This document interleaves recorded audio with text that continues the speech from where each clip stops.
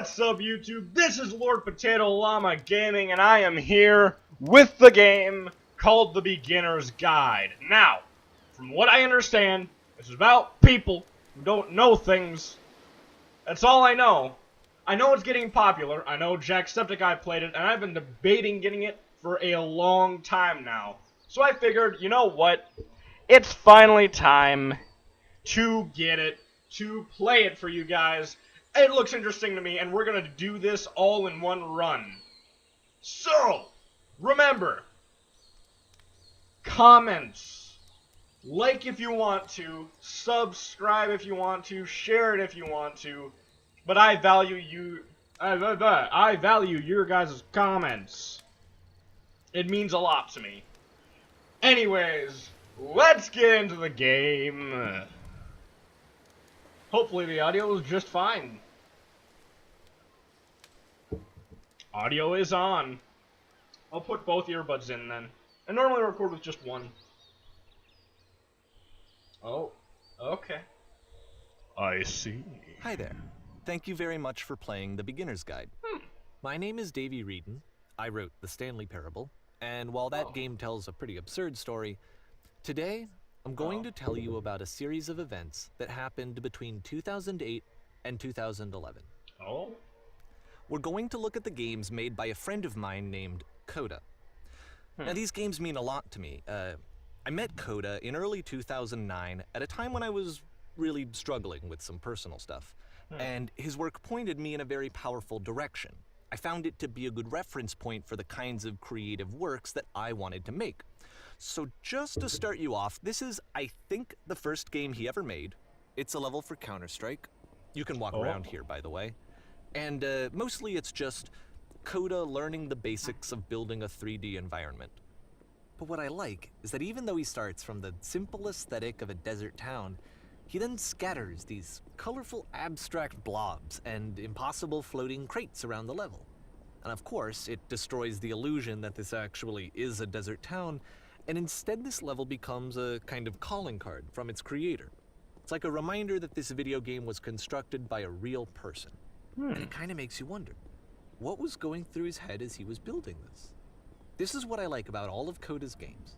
I mean, not that they're all fascinating as games, but that they are all going to give us access to their creator. I want us to see past the games themselves. I want to get to know who this human being really is. And that's exactly what we're going to do here. Ooh. So, it's 2008, Coda starts making these games, and he never releases any of them.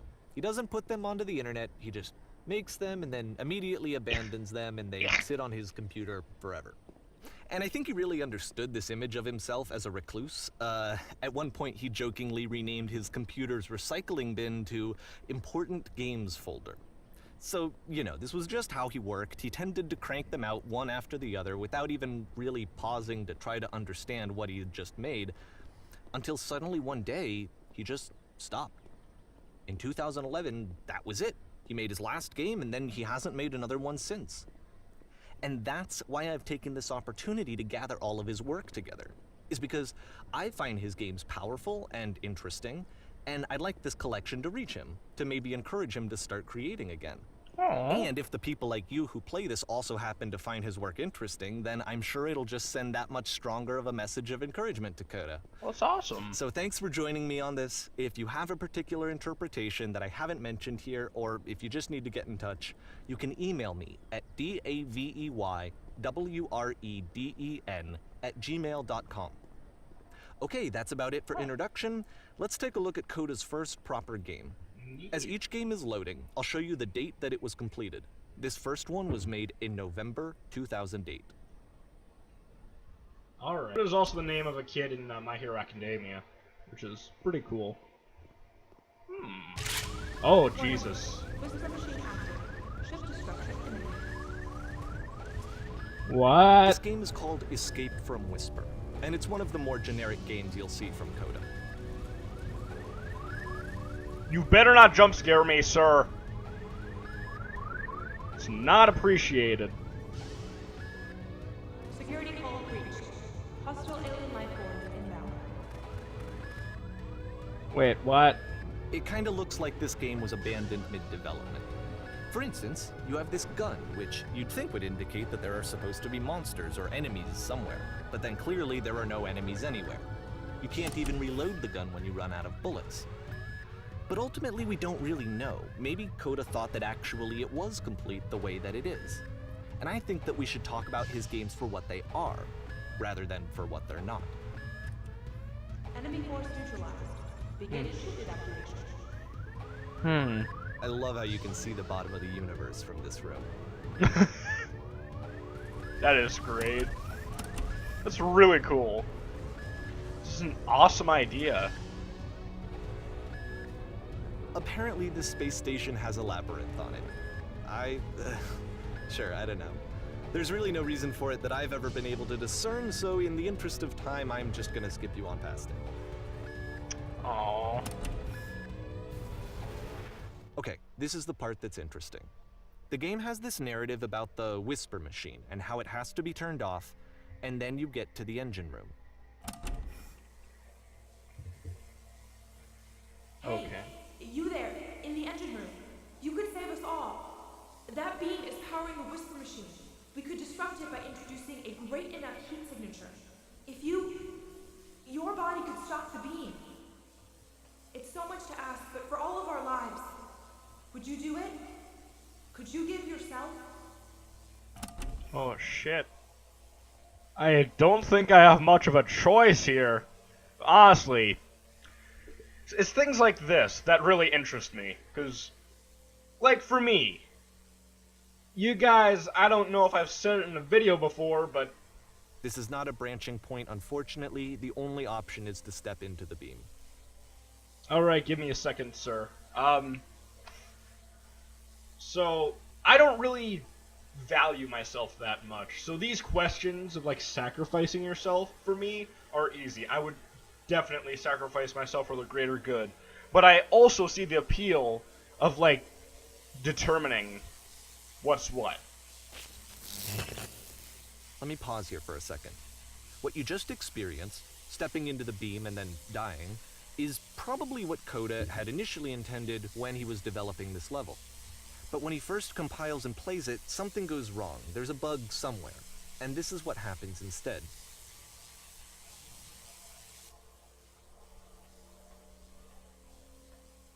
What?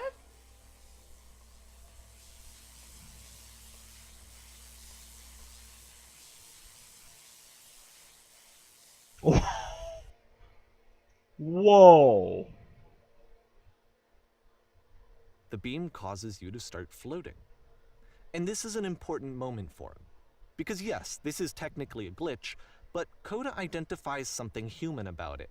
Like how small it makes you feel in the face of this larger chaotic system. Or this floating could be the afterlife, a peaceful place, juxtaposed against all of the hysteria that you've just had to traverse. I don't even know. I have no idea what he was thinking, but what's clear is that after making this, something lodges itself in his brain. He wants to do more of these really weird and experimental designs. So he stops work on this and moves on to a stream of tiny little games that go in all sorts of directions. Let's go ahead and take a look at the first game he made after leaving this one behind. Oh. November 2008.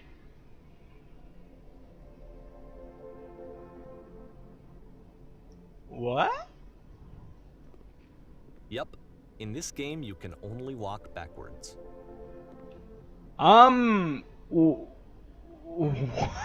What?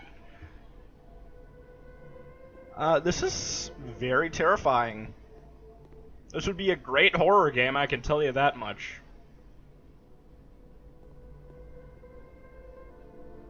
So it's a short and relatively minimalist experiment combining motion and narrative. It is less advanced than the previous game, but actually it seems to be more focused, more complete. Coda's trying to give it a unique voice rather than simply basing it on a pre-existing trope.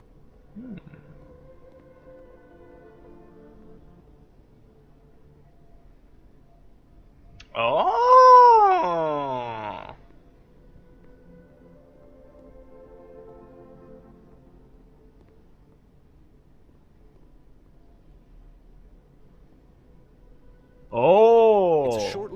shot, it says what it wants to say, and then it ends.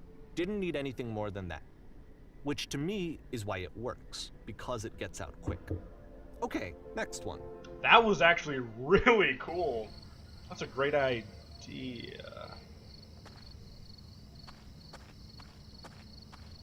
No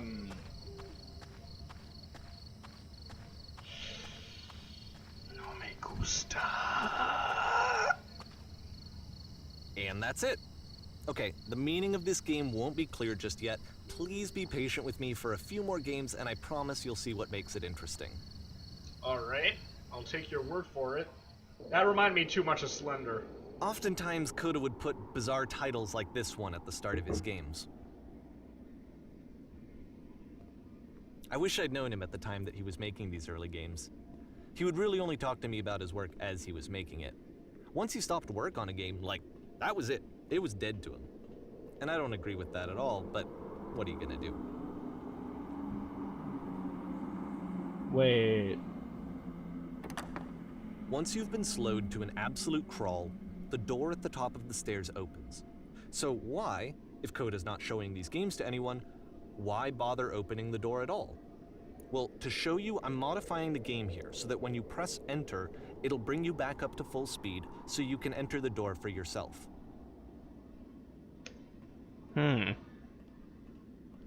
Interesting.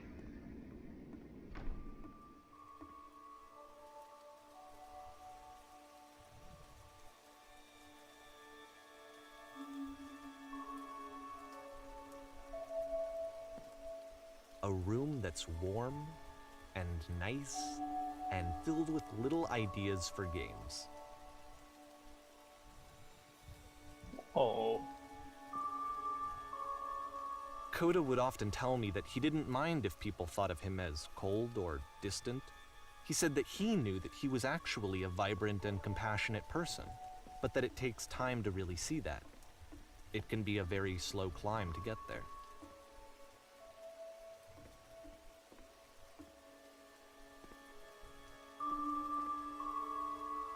Press U to surrender.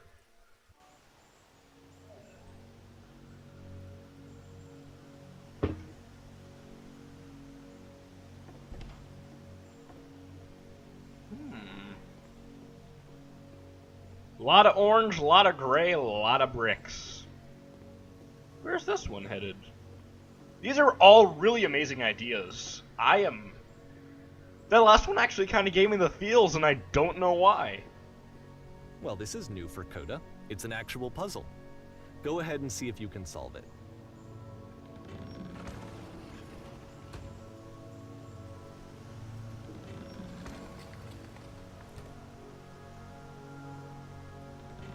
Don't forget that solution, because we're going to see this puzzle again soon. We're gonna see it a lot. Oh. Alright, well that wasn't too hard to figure out. I do that in Minecraft all the time. And a lot of other games, like Terraria, and sandbox games that require doors. So that seems to be it, right? You walk down a corridor, you solve a puzzle, you get to the end. Simple enough. Alright, now I'm going to modify the game again, so that when you press enter, it'll remove all of the walls from this room. What? What the How about that? There was more to it than we had any way of knowing. I actually find it funny that this game comes after the Stairs game, since they essentially convey the opposite idea. So, in the Stairs game, a dull exterior concealed a rich interior. And then, in this level, a dull interior hides this fantastic outer world. Either way, I think that the point is the same, is that most of the time you don't get to know what you're missing, or even that you're missing anything. That's not your role as a player. So if your role here is not to understand, then what is it? Holy shit! That's... Oh, this again. Aha. So, this, combined with the entering game from earlier, tells us that Coda believes his games are connected somehow. It could even be that the stairs game and the puzzle game are literally connected in between this and the entering game. There's a bigger picture that all of his games are meant to play a role in, some larger meaning that we won't be able to grasp until we've seen all of them. And once we have, we can step back and start to understand what exactly that bigger picture is. Ding. The Great and Lovely Descent. Whoa. Room of Spirit and Time, is that you? Hyperbolic Time Chamber? Help. Let's talk about video game development for a second. Every video game runs on what's called an engine, which determines what the game can and cannot do. So in other words, the engine is a set of tools for game development. To make all of these games, Coda is using an engine called Source. Like all engines, Source has certain things that it does well, and it has certain things that it does poorly. One of the things that it does very well is boxy linear corridors. That's why so many of Coda's games are set in these large, flat, empty rooms, is just because he's working with what the engine does well. The tools available to the creator shape what kinds of creative work they're going to end up making. You might consider paying attention to the architecture in Coda's games, to notice how they seem to stem from an engine that's very good at producing linear, boxy corridors. Alright, we're gonna get over there.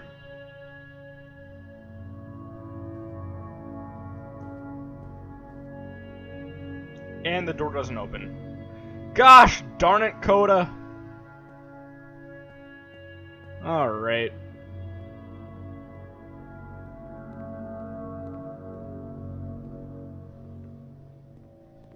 Am I able to fall off?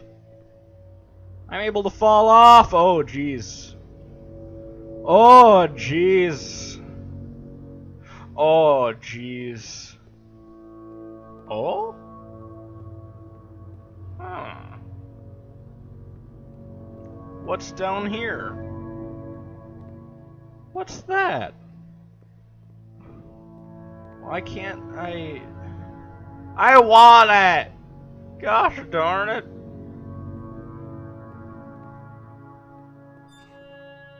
What?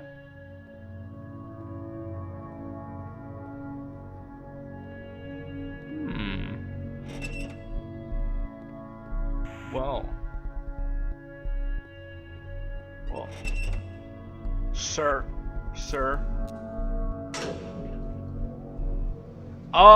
Sir, ma'am.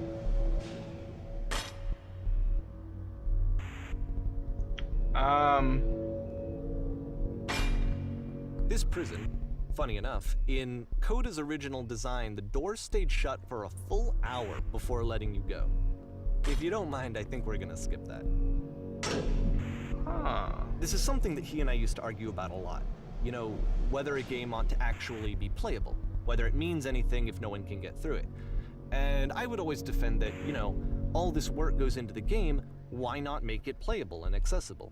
And so we just got into heated arguments over it, and there was one time that after one of these conversations, he went home, and a day or two later, he sent me a zip file entitled Playable Games that was full of hundreds of individual games, each of which was just an empty box that you walked around in and nothing else. Believe me, I played every single one of those just to find out if there was like a gag hidden somewhere. There wasn't.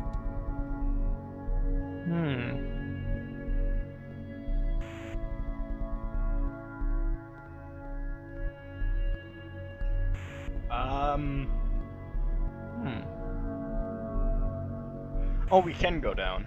That's nice. I think I'm starting to see where Coda's getting his ideas from, and I can admire that. Playable games can really be anything, but It's games the that make puzzle you again, think. with the exact same solution as the last time.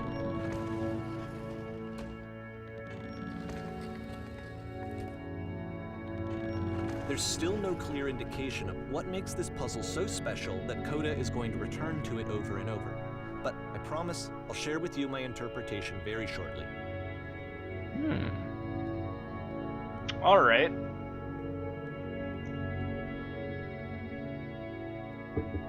By the way, guys, sorry if this is another long video and uncut, but... Oh. So excited. Here, Coda begins using a kind of dialogue system that he fashioned out of the engine's chat capabilities. Use the 1, 2, 3 buttons on your keyboard to respond.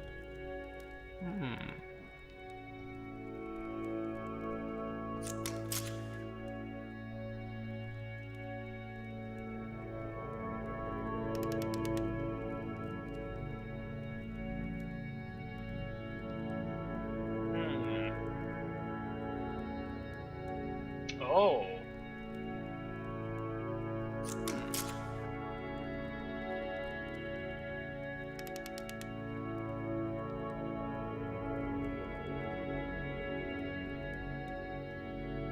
Oh, boy. So tell them, because they're trapped here, tell them what they want to know. And then they go out into something worse. Or leave them here ignorant and miserable, but still safe-ish. Whoa, boy! What a choice!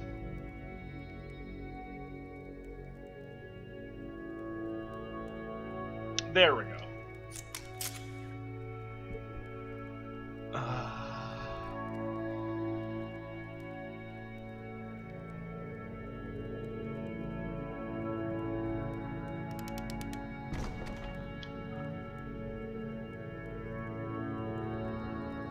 What? Oh. Gosh darn it. Wait, is this an... Oh.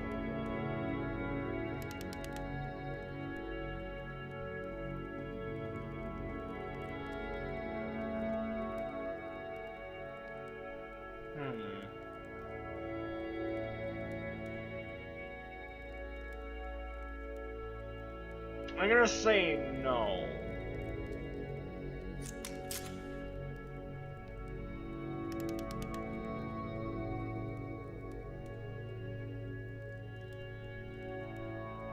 Why would I sit in the black space?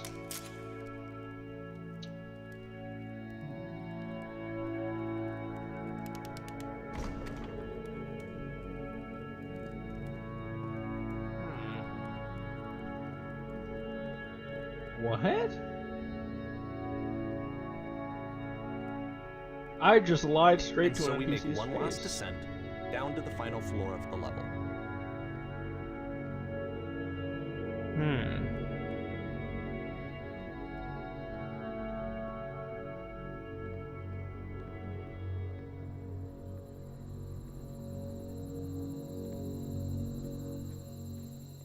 What? It's a lamppost. Okay, I can't tell you quite why, but for some reason Coda fixates on this lamppost. It's going to appear at the end of every single one of his games from here on out. I'll tell you what I think. I think that up to this point, you know, he's been making really strange and abstract games with no clear purpose, and maybe you can only float around in that headspace for so long. Because now he wants something to hold on to. He wants a reference point. He wants the work to be leading to something. He wants a destination, which is what this lamppost is. It's a destination. We're gonna see it in the work as well. His games are just gonna become a lot more cohesive, a lot more fully developed, with more of a clear idea behind them. And as we go, that idea will get clearer and clearer and clearer. Ooh. I've been getting chills this entire time, guys. This is extremely... This is extremely cool. I love getting into people's heads like this. This game is connected to the internet. As you walk around, you can leave notes. All notes you see are left by other players. Oh.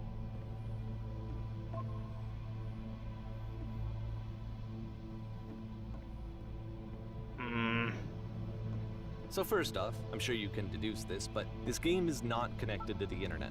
All of the notes that you're gonna see have been written by Coda. This was actually the first game of his that I ever played.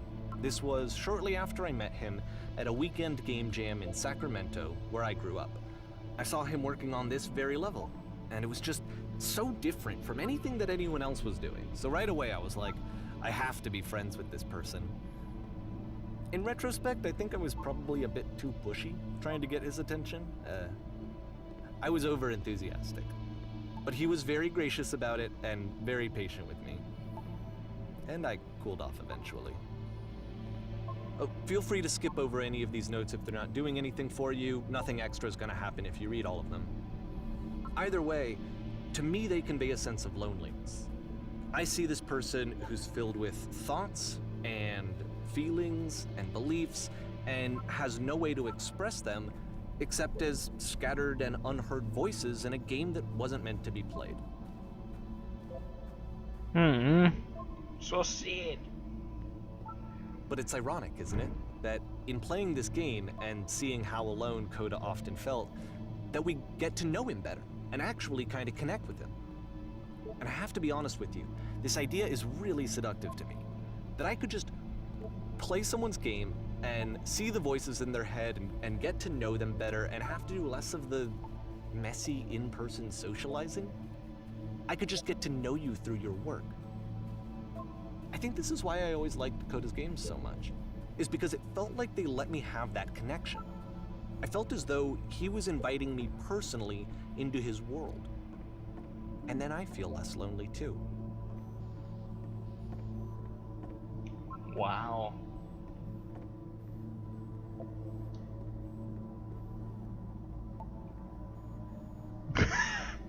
I need to go to the frickin' bathroom. Ah!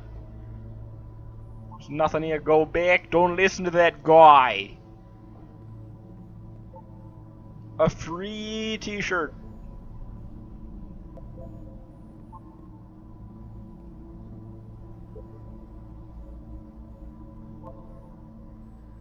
Ah!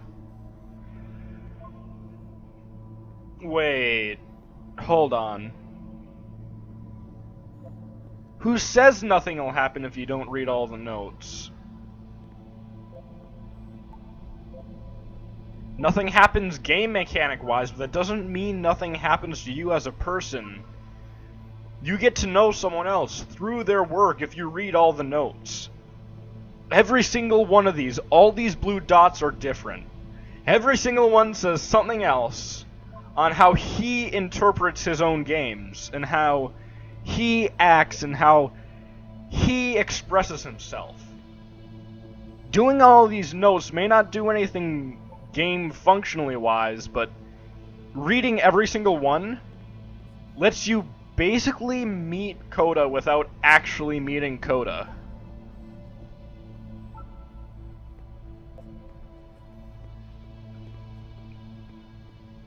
To me, this is an amazing idea. And this also expresses how he sees other people and how he thinks other people would react to the game.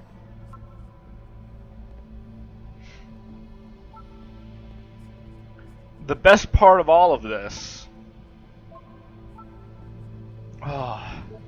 best part is that it's all genuine. Someone actually did this. They didn't act. They threw together what they thought would be good, and they did it with the intent of not finishing it, which means they'd be more inclined to be themselves and to be honest. So I'm going to go through, and I'm going to try and get every single note. If only more games could be like this. I might skip for you guys, unless he starts talking again soon. At the end of this level, we're going to see the puzzle again. And here, I'll tell you what I think the puzzle means. Each of these games represents an idea that was on Coda's mind at the time that he was making it. And the puzzle is a way of closing the door on a previous chapter of his life before moving on to the next one. In each of his games, after exploring a theme that, he might find difficult, Coda can then place this puzzle. that he knows has a reliable solution, he understands exactly how it works, and so it gives him a simple mechanism for moving on. And because there's this dark area between the doors, a space between spaces, before you move on, you get to pause. Just for a moment, a few seconds to reflect on and let go of the events that led you here. To step back and connect the pieces together. To grasp at that elusive bigger picture.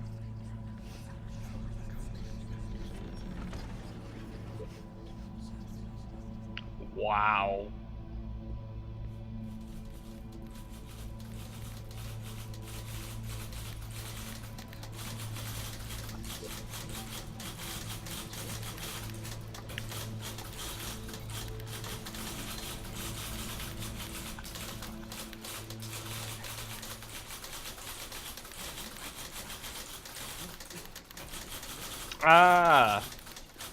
I'm...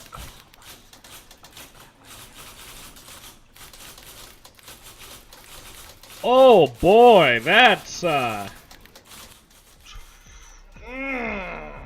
Okay, this one is tough. It's gonna kinda just spin its own wheels for a few minutes. Hang with it.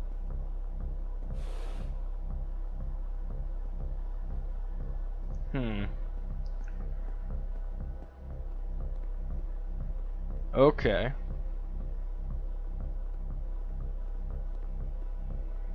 Oh boy.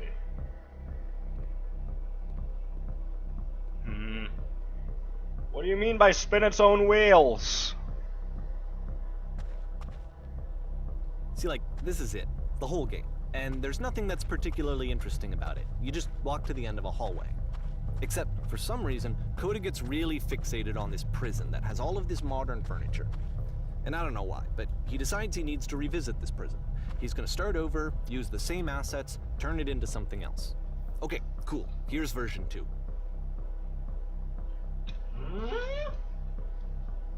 Excuse me?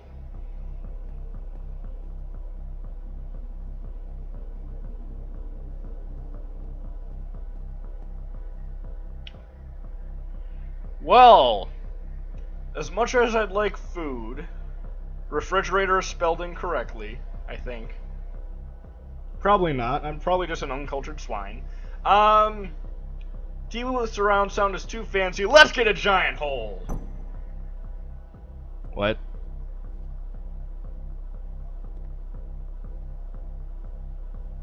Now, what about along the wall of the room? Huge picture of a horse. Well, excuse me.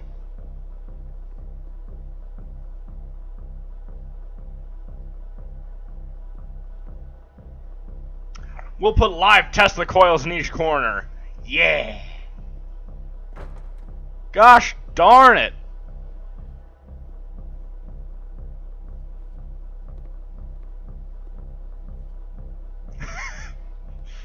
Yeah, tables were invented in 1935.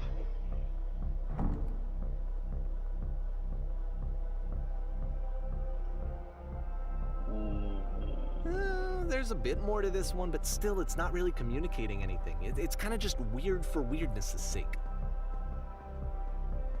Whoa. So okay, he throws it out and starts over. This time he comes at the prison idea from a different direction.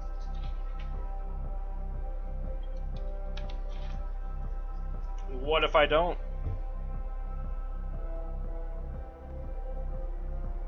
I can't walk backwards, but I can walk side to side.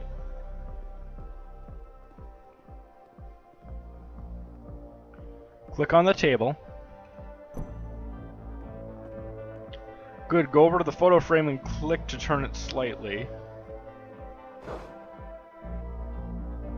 Turn the floor lamp in this room off and on.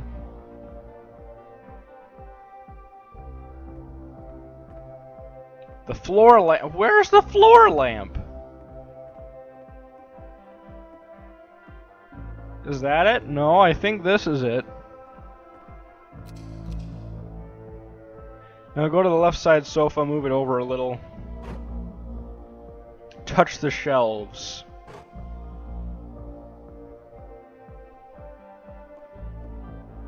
Wait, why would I?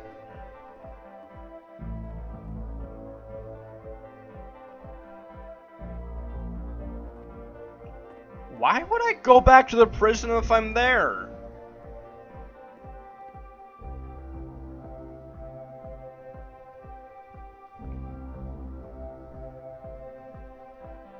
And of course, now the table is gone and you can't begin the chain of events to escape. Wow. Here's a version where there are no bars, but you can't actually get to the well. And then a version where the inside of the prison is the outside and the outside is the inside. Let me just blink you real quick through a few more of these. I mean, he really unloaded on this prison idea. There's nearly a dozen. Personally, Wow. I think it's awful to watch this. To see a person basically unraveling through their work. And for what? Like, at what point do you just go, maybe there are game ideas other than this prison that I could be working on? But Coda doesn't have that voice telling you to stop. That particular mechanism of defense against yourself. Without it, you just spiral. And so he keeps going and going and going and going and going, and then he hits on something. And he likes it. And that's it. He's done. He stops making prisons. This is the very last version of the prison game that he created.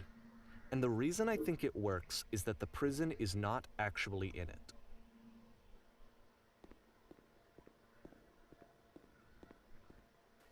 Oh.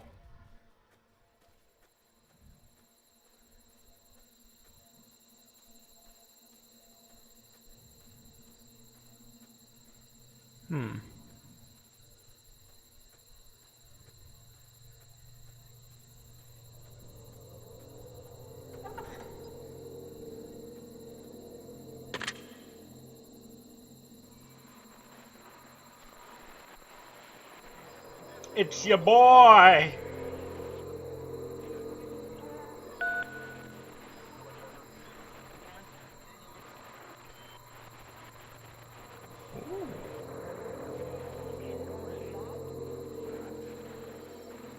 It's a conversation. And so this is what Coda wants, is to be able to talk to someone, to share what's on his mind, and to get some good advice from someone who knows. But the irony is that even in this scenario, you're still talking to yourself. You know, all of these games so far are Coda talking to himself.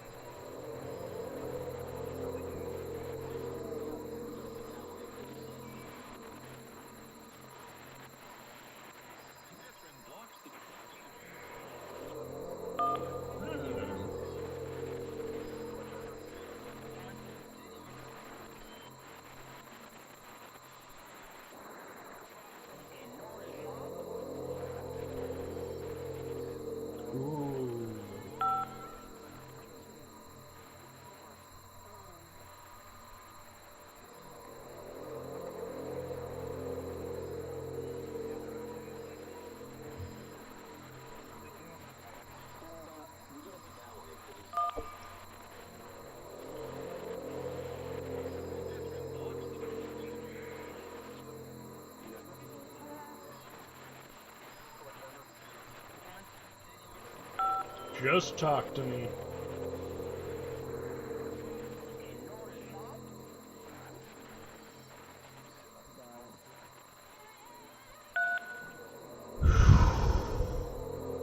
I can't tell you guys how many times I've said that. I can see why he considers this a fitting conclusion to the prison games.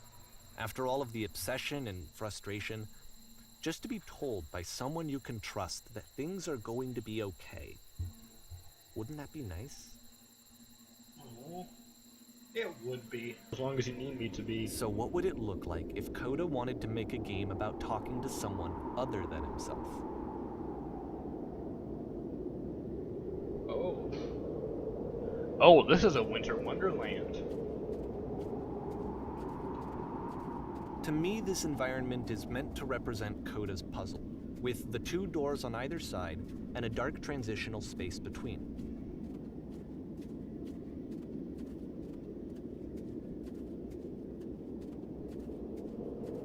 Someone there I can talk to. Now, I could go there, and traditionally with these kinds of stories, people way at the top of the mountain are super wise and tell you what you need to know. And that would be a good experience, especially after trekking through all of this darkness, which I imagine I can't speak today, which I imagine resembles like issues that you go through life with. And then if you go here, I imagine that this is talking to someone who has been through some of the same stuff you have, and it's just nicer and warmer and more intimate, kind of. Not like platonically intimate. There we go. Kind of want to, but this looks... I've never accepted comfort because for me in the past it's never come up 100% good.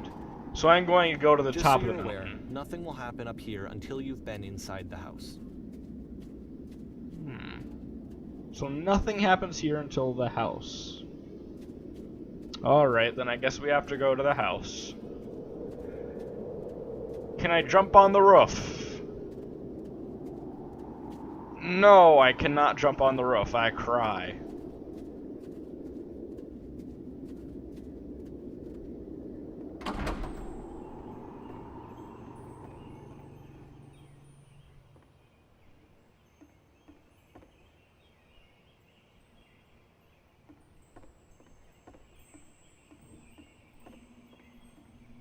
You'll notice that the quality of the art is a step up from previous games, including this new and improved chat system, which he started using from this point on.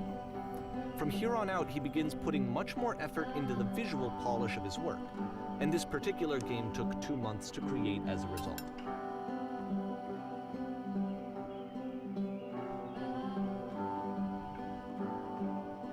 Wow.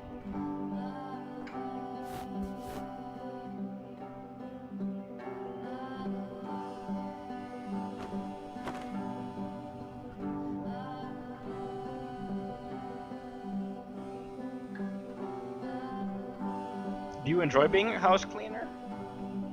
Well, I don't enjoy it so much as I need it. While I'm working, I feel a kind of calm that rests in the pit of my ribcage. My soul just can't be soothed any other way, it seems. Which I guess is about all that matters. Oh, and a tidy couch. Will you straighten the pillows on the sofa out there? Of course. Oh dear, looks like someone spilled a drink over by the couch. Maybe mop that up as long as you're over there. I feel compelled to share an incredibly cheesy personal insight. You okay with that? Make it especially cheesy, ma'am. Or sir. And those of unspecified gender. No. No, it was stupid, sorry, never mind. No, no, no, no, no. I want the cheesiness. I like extra cheese.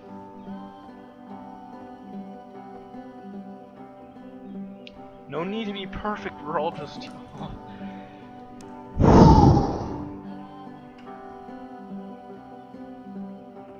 Of course.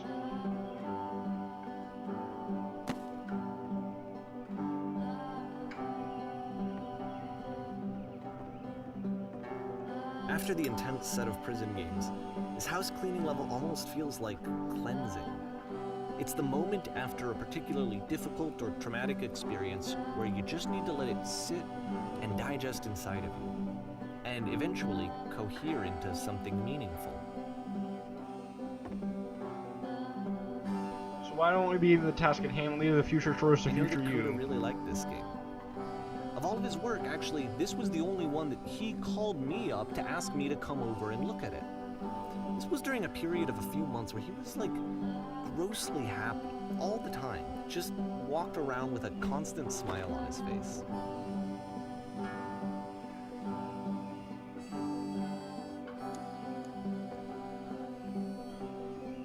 This is oddly soothing.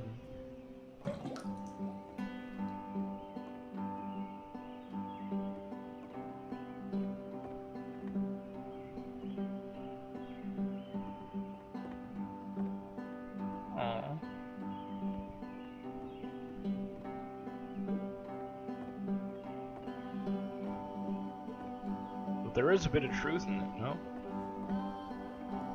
This one hits. I'm already getting feels. This is not okay. You're getting nervous because you think I'm gonna make fun of you. I took care of the books. I'm glad he made this. I'm glad he found some peace. Question. Of course. But, of course, it can't last. The music stops, your companion is gone, it's time to leave. The door at the top of the hill is now open as well. Again, you can't stay in the dark space for too long. You just can't. You have to keep moving. It's how you stay alive.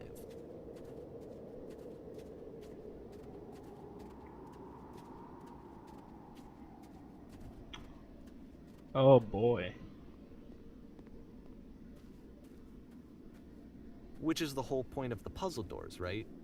That sooner or later you have to pick up and move. I really thought that was the point of it. Oh. This one gets a bit goofy. Well, I like Goofy. Why did I come here today?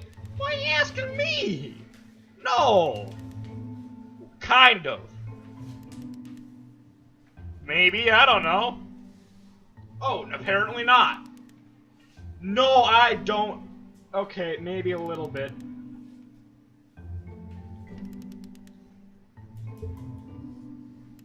But if I came here to become perfect, whereas Android 17 and 18.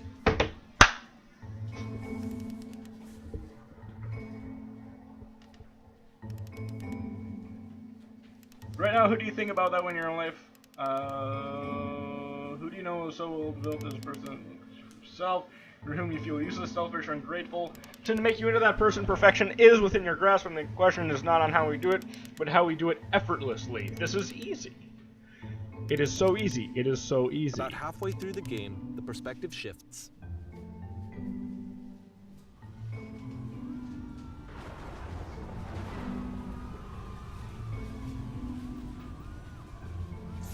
And you play as the teacher. And suddenly, you discover that your teacher is just as bigoted and afraid as you are. Oh, and also you can move around the classroom now.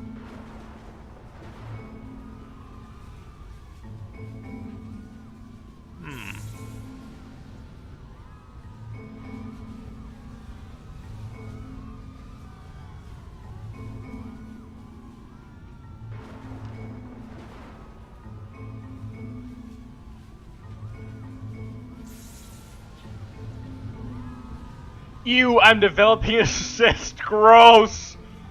Hey, kids! A bop.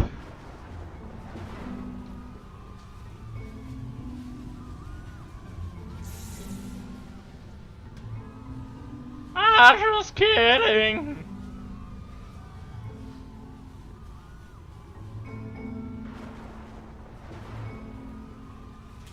What if I'm not a good teacher? Yeah, I'm not.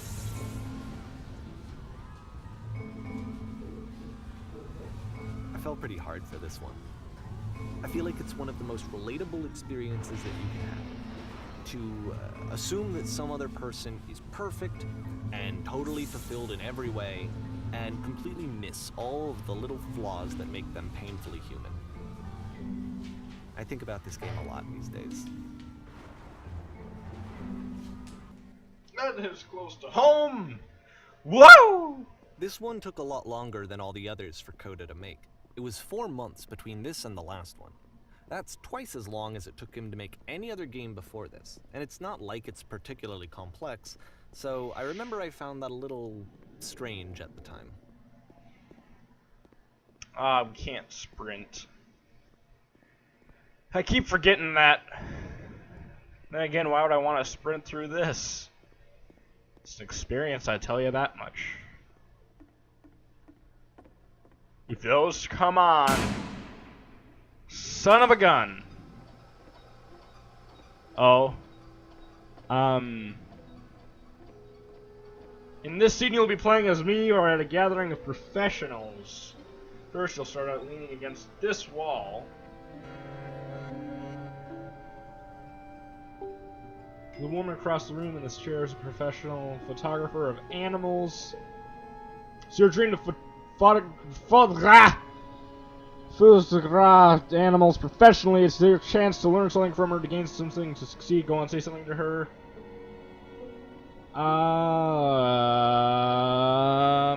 Hello. Hello, that's it? Oh, what? That's not a conversation. I get that. I'm trying, dude. I can't actually converse with her. I'm super scared right now. I like you here, all my hopes and dreams. You know what? You're nice. I like you.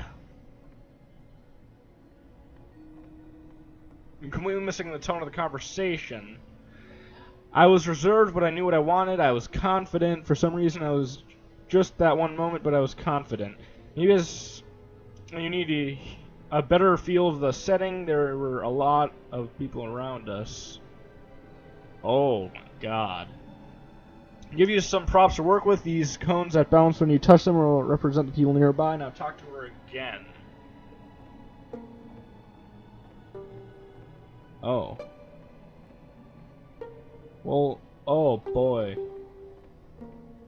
Can I just...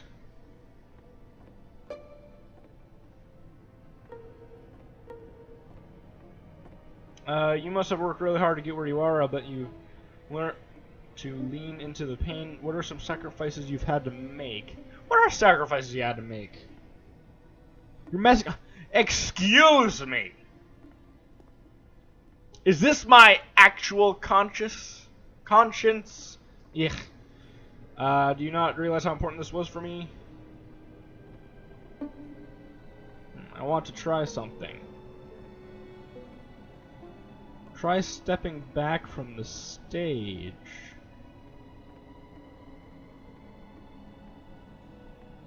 The music is threatening to get intense. Oh.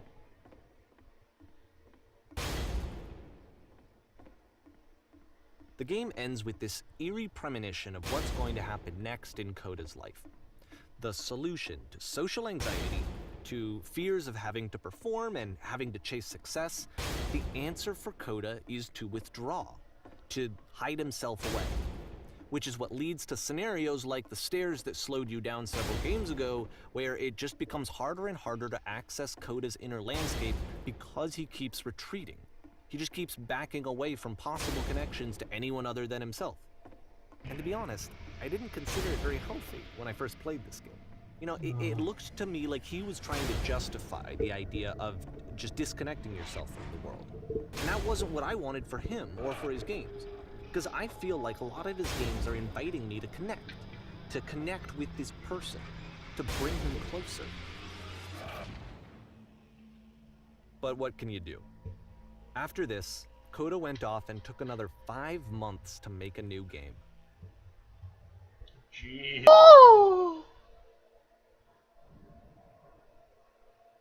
Oh? Keep my eyes closed, eyes are closed. What the... What?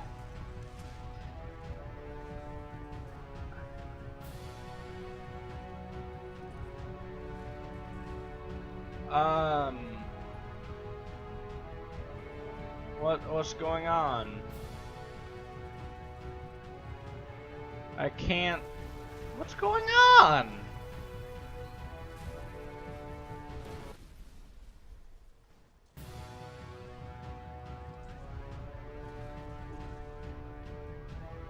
You should probably open your eyes if you haven't already. It's pretty much impossible to solve otherwise.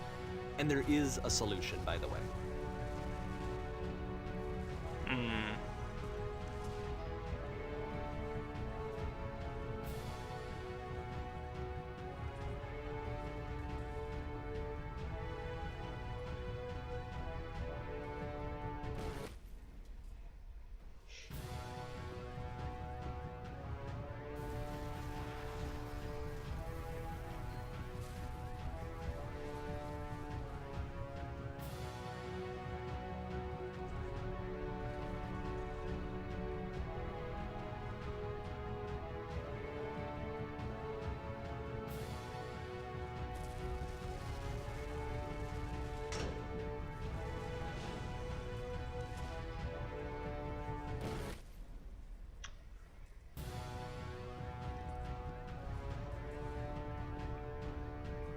What?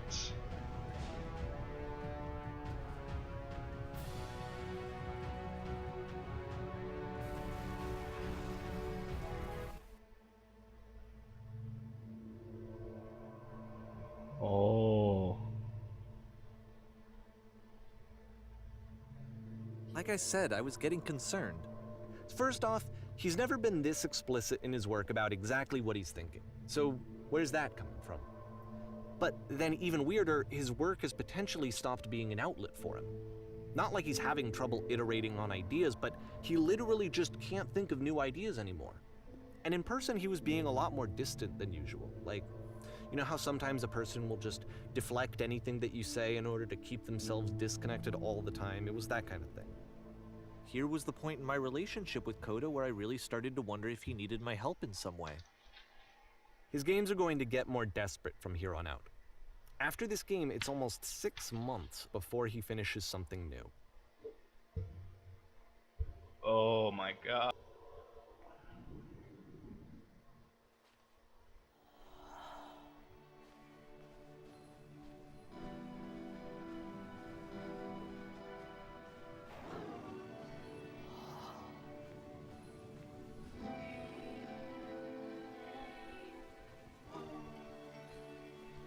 This is eerie as all balls. Is that person how lovely? It's been a long time since I talked to anyone. What's wrong? You look lost. I have nothing left to give to my work. Oh no, what happened? Did something change?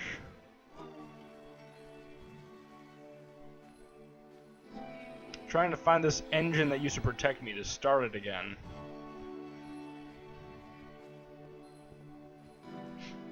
Wait, you're looking for a machine? I think I know where it is. It isn't far. I need to see it to know why it stopped. If the last game featured Coda talking explicitly about his creative frustrations, this one turns it up to 11. Now, put yourself in my shoes playing this. Here's a friend whose work is exhibiting signs of struggle, frustration, anxiety, depression, even. And yet, still, he keeps making games. He keeps throwing himself into the grinder even when he clearly doesn't have the energy for it anymore. Why? What is it for? Because from my perspective at the time, and just what I knew of him, this was a result of how isolated he was. He was in his own little bubble, just sitting at his computer all day, not really showing these games to anyone, not releasing them onto the internet, and so he didn't have anyone outside of himself to connect with. He had no outlet to ground himself on.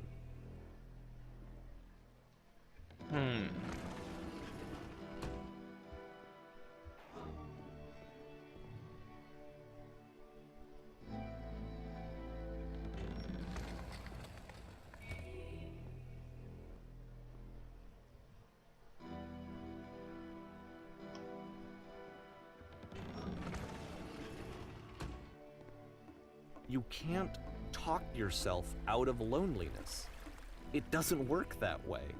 You can't be the one writing both the questions and the answers. Then there's no movement. Then there's no circulation.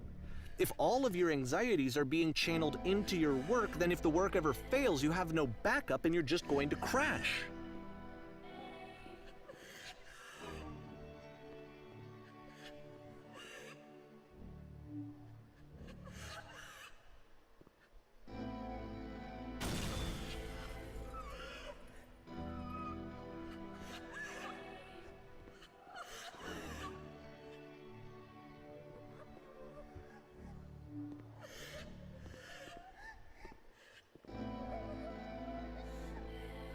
Oh my god.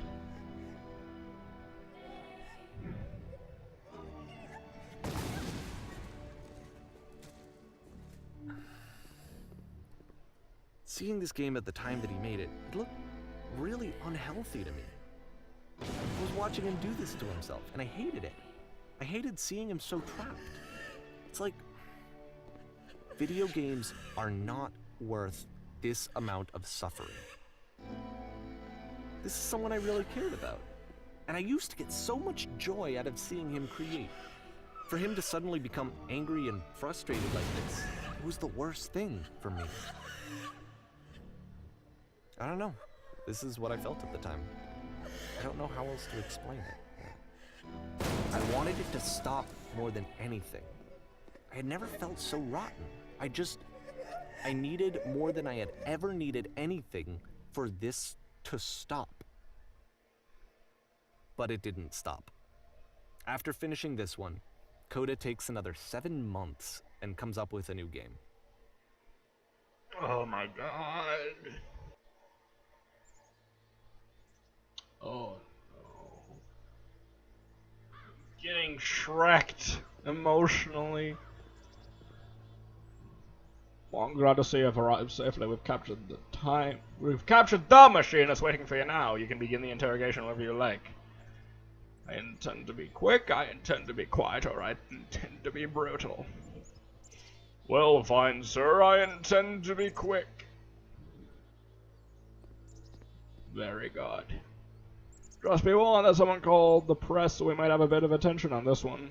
Also, one more thing that you should know about the machine, it calls itself Coda. Oh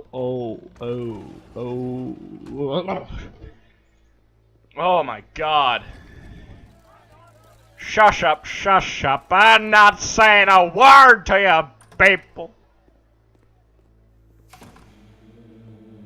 So this is Coda. And of course, it's the machine.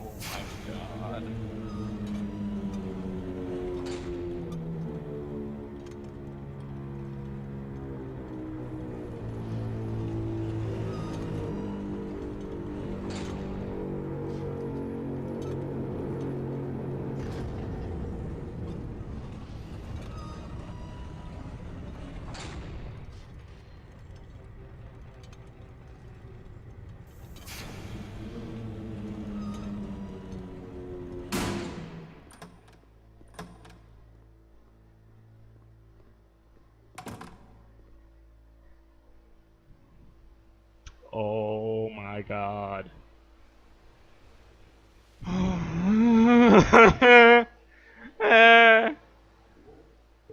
The feelsies are realsies.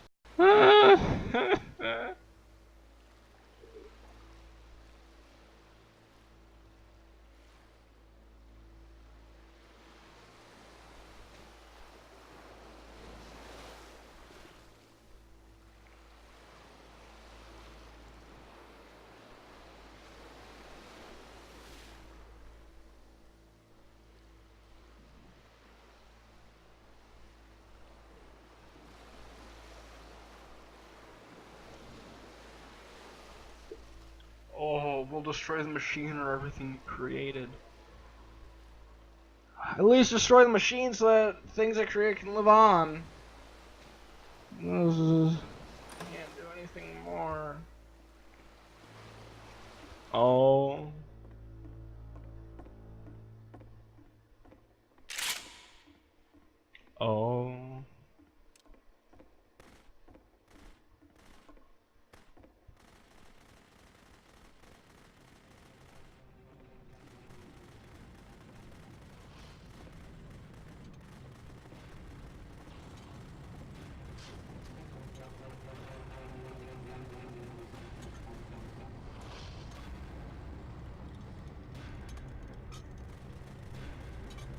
So now the work is becoming self-destructive.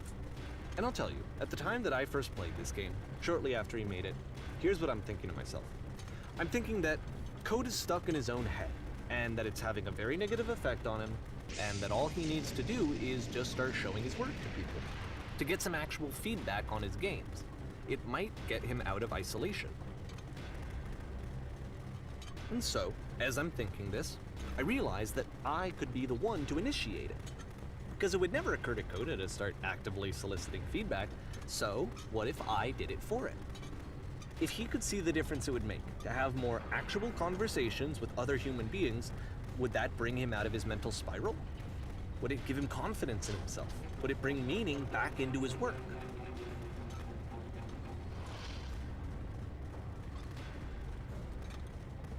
Not the happy room. So I Oh, started jeez. showing Coda's work to people. I took this one, and the islands which you just played, the theater, the notes, the house cleaning game, and some of the prison escape games. I brought them to people that I knew and trusted. I asked their opinions. And the great part is that they really loved his games. You know, the point of it all was just to give him some external reference point, but they genuinely loved his work. There was nothing for him to be afraid of.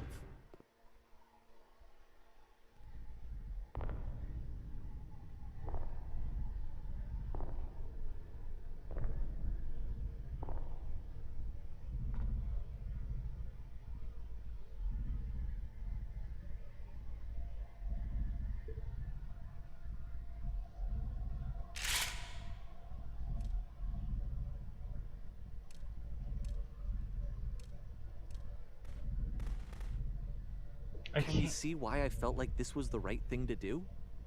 Because it's the thing that I always feel like I need, to be told that my work is good, that I am good. When someone really connects with a thing that I've made, when they see themselves purely in my work, there's nothing that feels better. And I got to give that very same feeling to my friend. I did something, I really felt like I'd done something good, like I was a good person. I felt like there was a friend who was in trouble and was unhappy and maybe didn't like themselves, and I could fix it. If I could give him this gift, maybe I could fix the problem. When they told me how much they enjoyed his games, it was the best feeling. It was the absolute best feeling. It made me feel so happy. So beautifully, beautifully happy.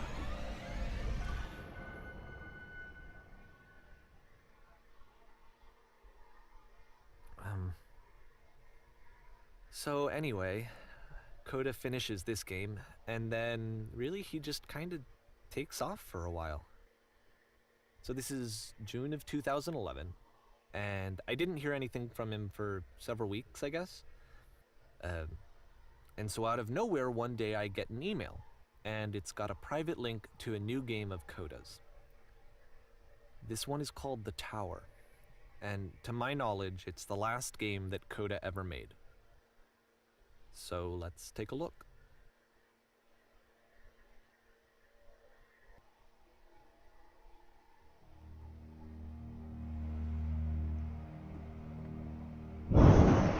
This is getting deep. And this is where I have trouble saying anything meaningful about Coda's work. Because more than anything else, the tower just feels distant. It feels like it's trying to distance itself from the world. It's a very cold game.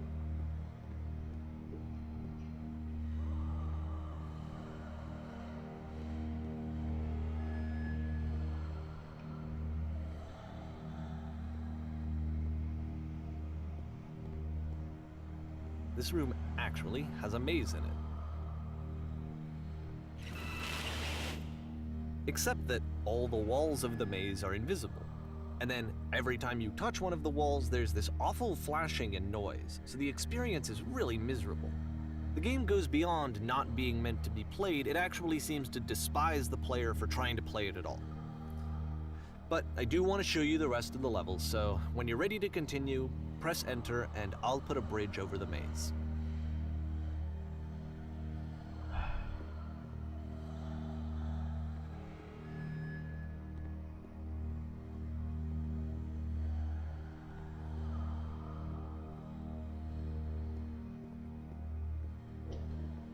And to be fair, it's not like this is the first game that's needed some modification to be playable. Like the house cleaning game. You know, that one used to actually loop the cleaning chores and you just cleaned a house forever. I had to cut it off so that you could exit the house and the game would actually end. But that game had an idea that it was actually trying to communicate. What's the deeper idea behind the invisible maze? The only way past this challenge is to randomly guess the 6-digit code. Like the invisible maze, it's frustrating to me, because it's the opposite of everything else that Coda has made. It doesn't encourage thought or engagement. It doesn't ask anything of me, except a lot of my time. If I could have reached him during this time, then maybe I could have asked him, but I couldn't. I still don't really understand why this is here. I'll put the code on the ground for you here, though, so that we can move on.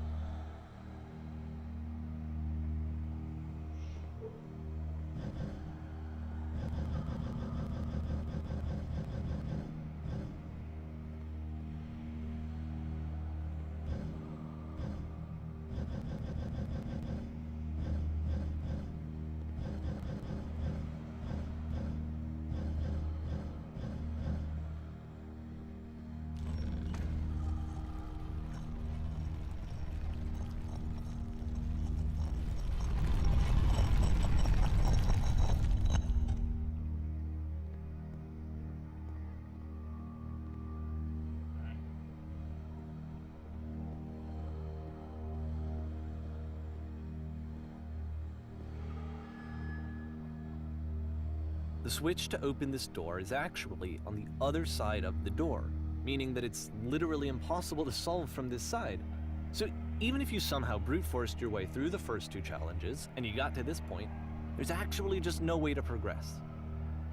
And it's scary for me, the idea of Coda cutting himself off entirely, just saying, you know, that's it, that's the end of the conversation, not giving me any way to fix the problem. I feel like a failure, I guess, when I can't fix the problem. But I can open this door for you, so let me do that. Was I a failure for not understanding this game? I mean, I don't know why I would be. It's not like everything needs to have a solution, but I feel it somehow. I feel like I failed, and I don't understand why. I remember, it's June of 2011. I'm playing this for the very first time, and as I'm playing, I'm thinking to myself, I don't know this person. I have no idea who this person is. It wasn't the guy I knew, it wasn't my friend. I had come to so many conclusions from looking at all of his work up to this point, and then suddenly none of them... I had been trying to, though. That was the thing. For years I was trying to get to know him, to understand who he actually was and what he stood for. I asked him so many times to please just tell me what his games mean to him. I asked him please to tell me what the 3 dots mean. And he wouldn't.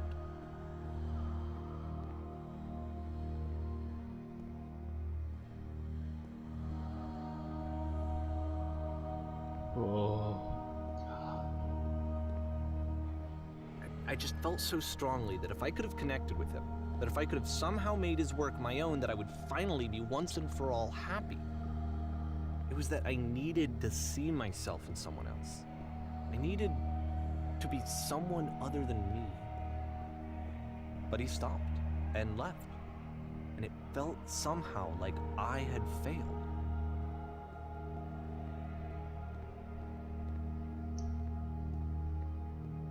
Where did I screw up?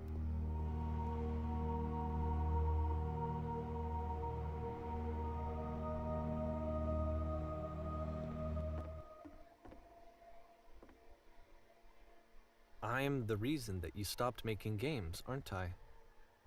It's because of what I did. I poisoned it for you. Oh my god.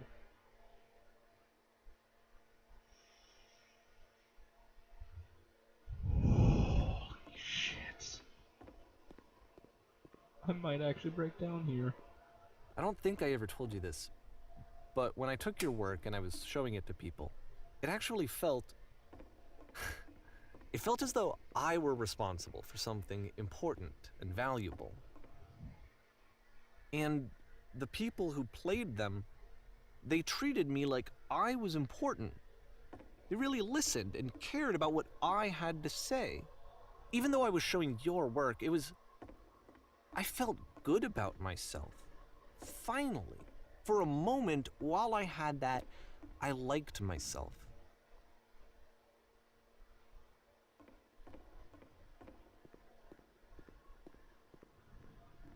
And then you stopped, and I didn't have anything left to show people. I just had to be with myself. And as soon as that happened, there was no feeling at all. Nothing. Less than nothing. What does that mean?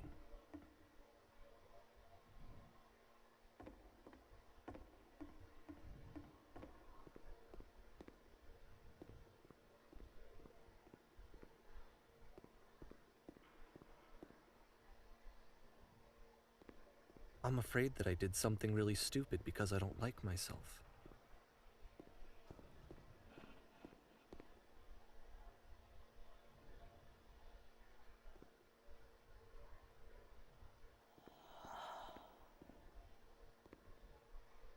That's why I'm releasing this collection of your work, is because I haven't been able to find any other way to reach you. I've tried everything.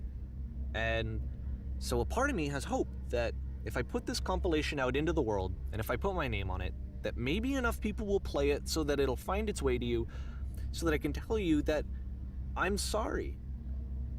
I know I screwed up. If I apologize to you truly and deeply, will you start making games again? Please, I need to feel okay with myself again. And I always felt okay as long as I had your work to see myself in. I mean, is something wrong with me? Because I know that I did an awful thing, and I'm doing it again right now. Like, I'm showing people your work, but I can't stop myself from doing it. That's how badly I need to feel something again, like I'm an addict. There has to be something wrong with me. Can I apologize? What if I tell you I was wrong? Will that work? Will that fix it? I don't know. I don't think it will, but there's nothing else that I can do. Just tell me what you want. I'm sorry. I'm sorry.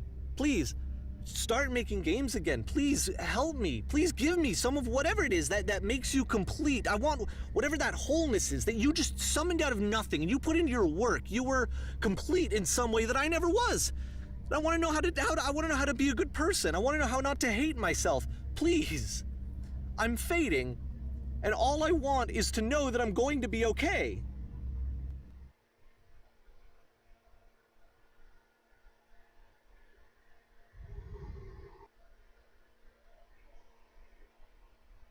Oh my god. Oh my god.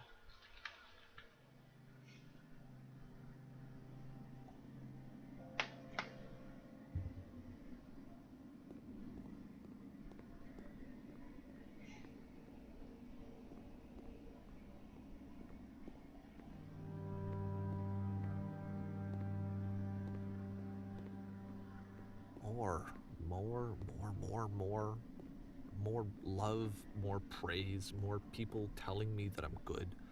Always more. It's like a disease.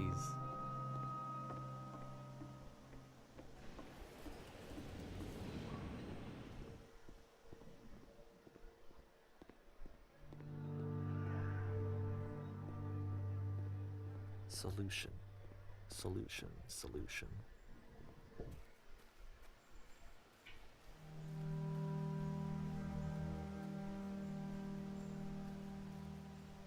I guess if someone had told me ahead of time that he just really enjoyed making prison games, maybe I wouldn't have thought he was so desperate. I wouldn't have told so many people that he was depressed. Maybe he just likes making prisons.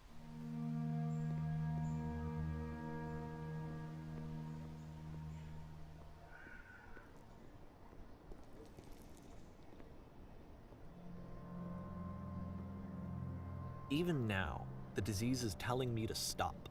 Don't show people what a shitty person you are. They'll hate you.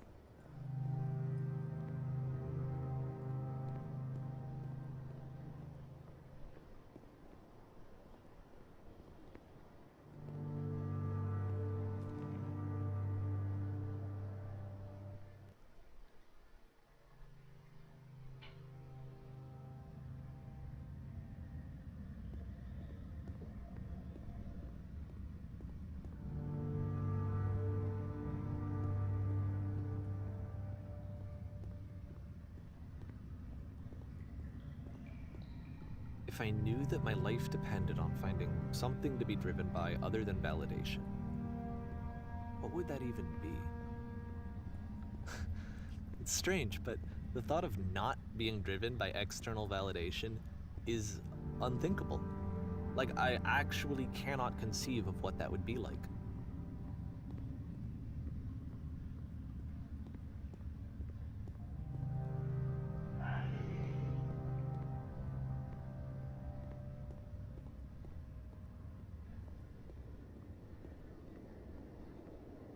What now?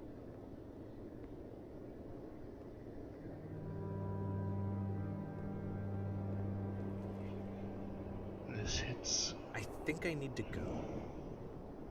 And I'm sorry, because I know that I said that I would be here and I would walk you through this, but I'm starting to feel like I have a lot of work to do. I have a lot that I need to make up for, and so I'm just gonna... Okay.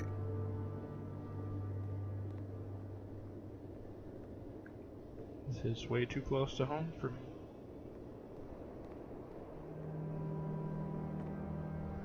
Unbelievably close.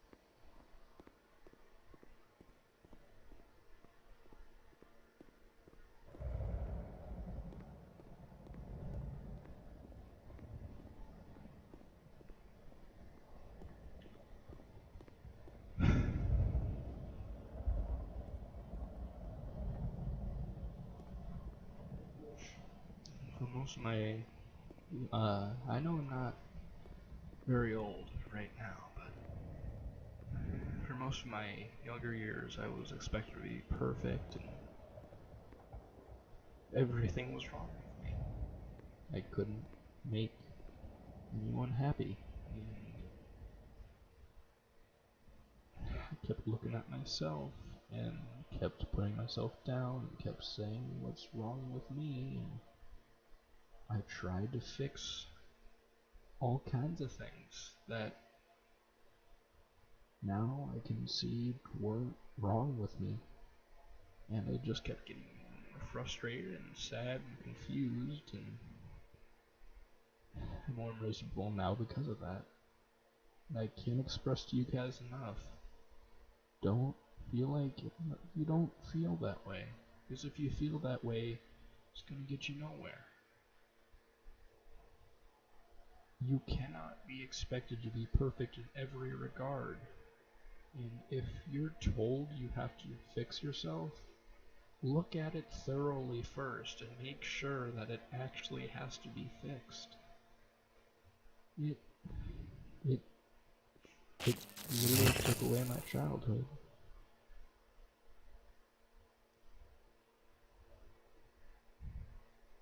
So we'll get back.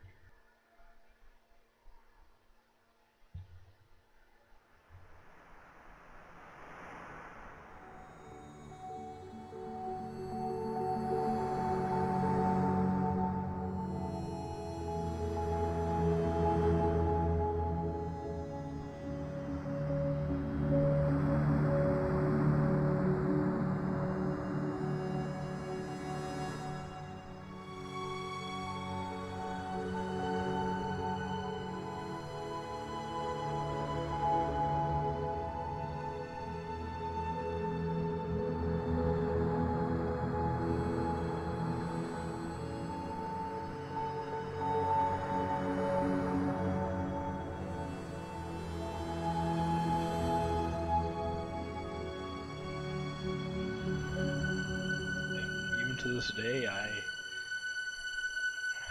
put myself down for that kind of thing.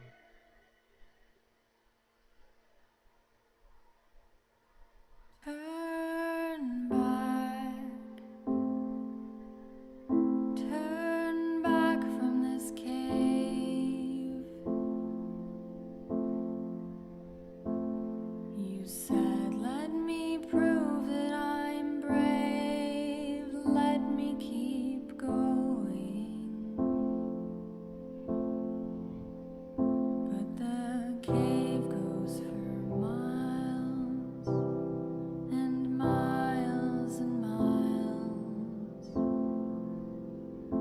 And you're so tired,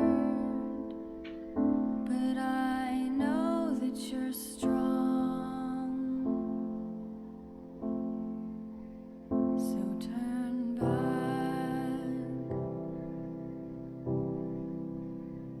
turn back.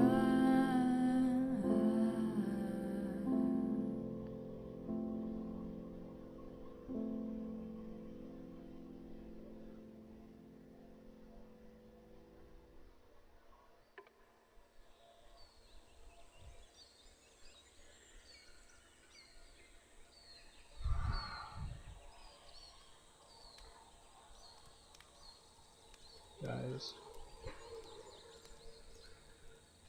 don't ever think that you need acceptance to be good. Don't ever think that if you need acceptance, if you feel you need acceptance, that you're not good. Because that's not true.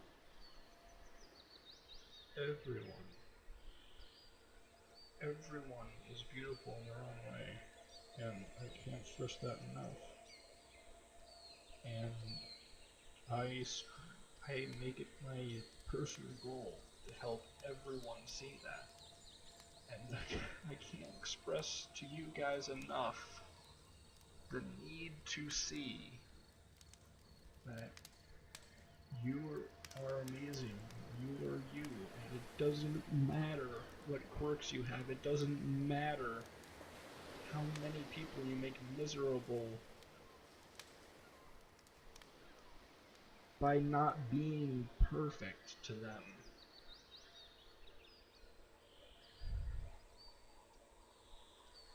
And if you push someone like happened in this, go up and apologize and get their attention and make it clear that you didn't mean to hurt them because they might sure take it like that, and nobody deserves to have those thoughts running around in their head constantly. I just cannot express to you guys enough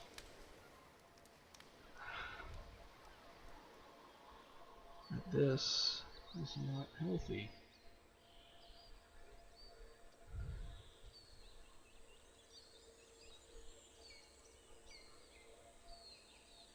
So, I have a goal for you guys. This summer, I want you guys to go out to a friend that you haven't talked to for a long time. Figure out how to contact them and talk to them, catch up with them, and make sure that you realize that no one is perfect, and that's what makes us human, and that's what makes us beautiful.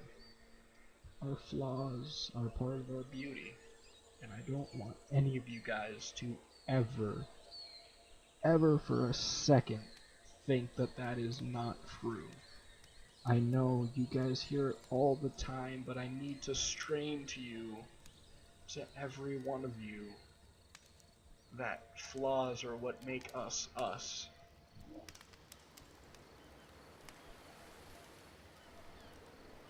And I have to give thanks to several people. If you're watching this, Maddie, John, Storm, Yuki, M, Clark, Eon, Ben, Atlas, any of you guys, thank you for helping me learn that I don't need to be perfect.